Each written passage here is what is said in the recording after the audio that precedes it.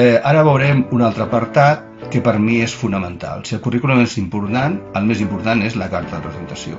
Això generalment, ara sembla ser que les persones, els candidats a un lloc de treball, acostumen a veure-ho com certa normalitat. Jo fa molts anys que parlava de la carta de recomanació com a la carta, aquell element formal més important que pugui ocorrir, la gent em mirava malament, no? Perquè tothom pensava de que no era així, perquè tothom tenia la tendència de que si tenies un bon currículum fer fer-te la carta de presentació. Doncs no és ben bé així.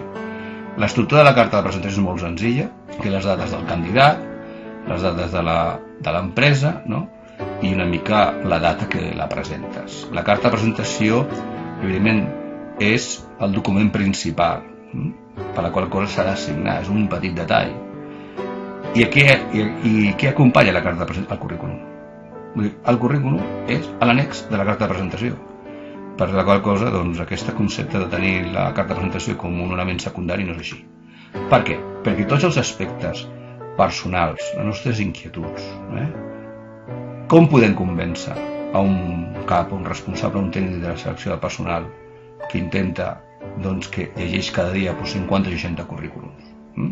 No fa gaire una companya professional em deia que rebia, que tenia 1.500 currículums per revisar, que no donava abast, que els tenia a la seva bandeja de correu i no havia tingut temps de poder llegir tots.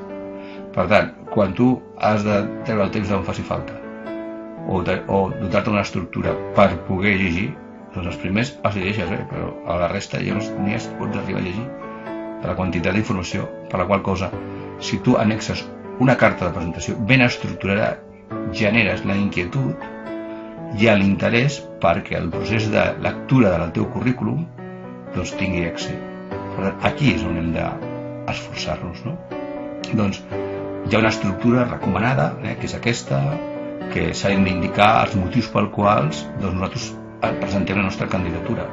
Si és una candidatura que obeeix a una oferta de treball concreta, doncs hem de dir quin és el mitjà que l'hem vista, quina és la seva data de publicació. Si no és així, és oberta, doncs explicar l'interès pel qual voleu formar part de l'organització. És a dir, si jo tinc il·lusió d'anar a la Caixa, de treballar a la Caixa, doncs no és a dir-ho, que des de ben petit, que és una marca propera, doncs, no sé, els meus pares han tingut un compte corrent, que sempre com a client han estat ben tractats, i la meva il·lusió és de treballar a la Caixa, una institució de prestigi. Doncs, bueno, és un argument que ens pot ajudar. També s'ha d'explicar les raons per les quals considerem que estem qualificats. Això és molt important. Us recordeu, en la unitat anterior parlava de la importància de definir el nostre perfil professional i contrastar-lo el que desitja l'empresa. Doncs si nosaltres tenim la sensació que aquesta oferta de treball casa exactament amb el nostre perfil, si tot casa, si el que demanen és allò que jo li puc aportar a l'empresa, doncs aquí ho hem de definir i hem d'explicar-ho de forma clara i planera. Aquest pàrraf és el més important. Per tant, s'ha d'explicar que consideres que estàs qualificat per lloc de treball.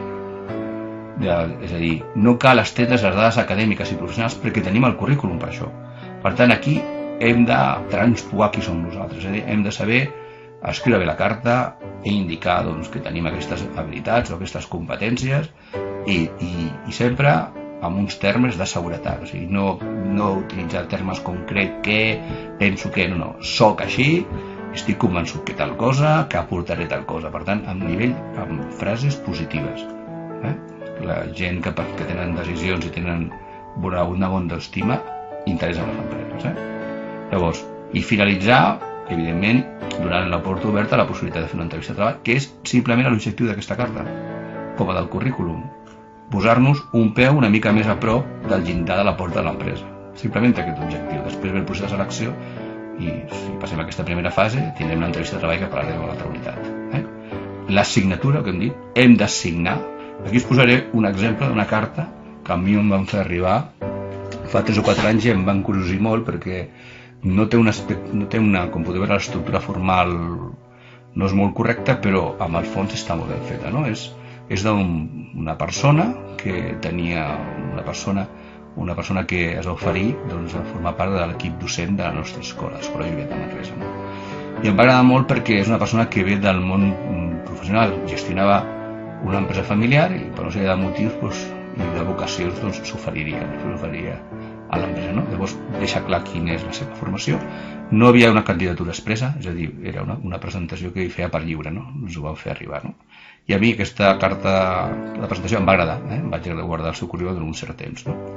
I bé, es diu quin és el seu àmbit de titulació, diplomat empresarials, i a més va esbrinar per aquesta titulació que tenia estava habilitat per fer cicles formatius, les nostres famílies professionals, es va informar de quin tipus de família professional feien i aquesta família professional està enquadrant la nostra oferta en aquell moment, no? Llavors està dient que a més estàs fent uns estudis de grau de direcció d'empresa, o sigui, no només feia empresarial sinó que s'estava formant una segona llicenciatura universitària i que a més podria, per aquest grau per ser llicenciat, aquí és diplomat, per ser llicenciat en el seu moment podria impartir fins i tot classes d'ESO, o sigui, una persona polivalent. O sigui, coneixia exactament doncs, quines ocupacions quin tipus de feina podia fer a la nostra organització, no? A nivell laboral, en aquell moment he gestionat un petit negoci familiar, comptabilitat, administració i tal, o sigui, té experiència, la qual cosa m'ha donat un bon coneixement del món de la gestió de l'empresa. Dedicava molt temps lliure als joves i adolescents, és a dir, tenia la vocació de que no només fer l'activitat professional perquè tenia negoci a casa seva, sinó que a més tenia aquesta àmbit vocacional, li agrada al jovent, no? Actualment, però, m'agradaria finalment intentar fer un canvi per poder dedicar-me també al temps laboral, a les meves dues vocacions, la docència i el tracte d'adolescents. És a dir, volia fer un canvi en aquest sentit, no? I s'estava oferint per millorar les seves condicions de treball. La veritat és que incorporada disposo de immediata i no tinc problemes en quant a horaris, desplaçaments i contacte. Deixar la seva atenció i per descomptar resta a la seva disposició qualsevol pugui subir. I el seu número de telèfon de contacte. Aquesta carta genera interès. Una persona que s'ha informat què fem, la nostra oferta, en què quines coses està habilitat, una persona que s'ha format constantment, que ha estat treballant, que té experiència de gestió, que és molt interessant. Incorporar una persona que conegui la gestió interna de l'empresa perquè pot formar amb un ofici, que això és molt important, i contactes docents. D'entrada, doncs, com us vaig dir, em va coincidir que no havia una oferta d'aquest perfil, però vaig tenir-lo durant uns 4 o 5 anys aquest currículum guardat, esperant que es pogués anar vacant. Consells. Bé, en quant a la carta de presentació, doncs, evidentment hi ha una sèrie de consells que els podem complir, no complir, però són recomanacions. Bé, per acabar l'apartat de la carta de presentació, us ensenyaré un material molt interessant del Principat d'Astúries, del Servei d'Ocupació, que parla de la carta, i una sèrie de recomanacions. Aquí, per exemple, una mica, per resumir el quadre que hem vist abans, doncs, evidentment, recomana d'alguna manera que es pugui escriure amb ordinador, a no ser que ho demanin de forma expressa fer-ho per escrita. S'ha de tenir en compte una mica amb el tipus de lletra, perquè pot haver-hi estudis grafològics posteriors, en aquest sentit. El tema dels marges, ja vam veure en una de les diapositives que hem de respectar els marges i el tipus de full DIN A4 és el més recomanat o foli. Els marges han de ser amples, separats generosament els paràgrafs d'algun apartat per diferenciar un paràgraf de l'altre, perquè si no l'estructura és adequada. L'extensió màxima en aquest cas sí que hauria de ser d'un full i degudament signat, com podeu veure amb aquesta foto. Redactar-la utilitzant frases curtes, directes i senzilles. Llavors, evitar el tema de les faltes de comunicació, les errades de comunicació, sobretot errades de puntuació i d'accentuació, és molt important que passar al corrector, i si no és suficient el corrector, perquè a vegades penseu que hi ha, per exemple, errades que no s'identifiquen, doncs que una altra persona te les miri, perquè a vegades el que no veu 2 ulls ho veu amb 4. I intentar utilitzar algun tipus de lletra que ressalti alguna cosa, com el tema de cursiva o negreta. Com podeu veure, aquí tenim un clar exemple. I la signatura, que és un dels aspectes més importants, perquè després, com sabeu, com us dic, insisteixo, la carta de presentació és el document principal i després annexem al currículum. I aquí teniu diferents tipus de cartes de presentació, d'alguna manera que podem trobar. O sigui, la candidatura esporàdica, que és la que hem estat parlant abans, en la qual una persona té la inquietud d'entrar en una empresa i no espera que hi hagi una oferta de treball, sinó que té la iniciativa de tirar endavant. Resposta d'un anunci, actualització del currículum. Això és interessant. Una persona envia un currículum mai sap si ben bé sap que l'ha fet arribar, no? Però no sap si s'ha llegit. Llavors, quan tu canvies els estudis o hi ha qualsevol variació en el teu currículum, és una bona excusa per tu enviar un altre i actualitzar-lo, per assegurar-te que l'empresa veu que tens la inquietud de formar part. Llavors, si una persona insisteix molt, sense fer-se pesada, doncs és un bon senyal que té interès de formar part de l'organització.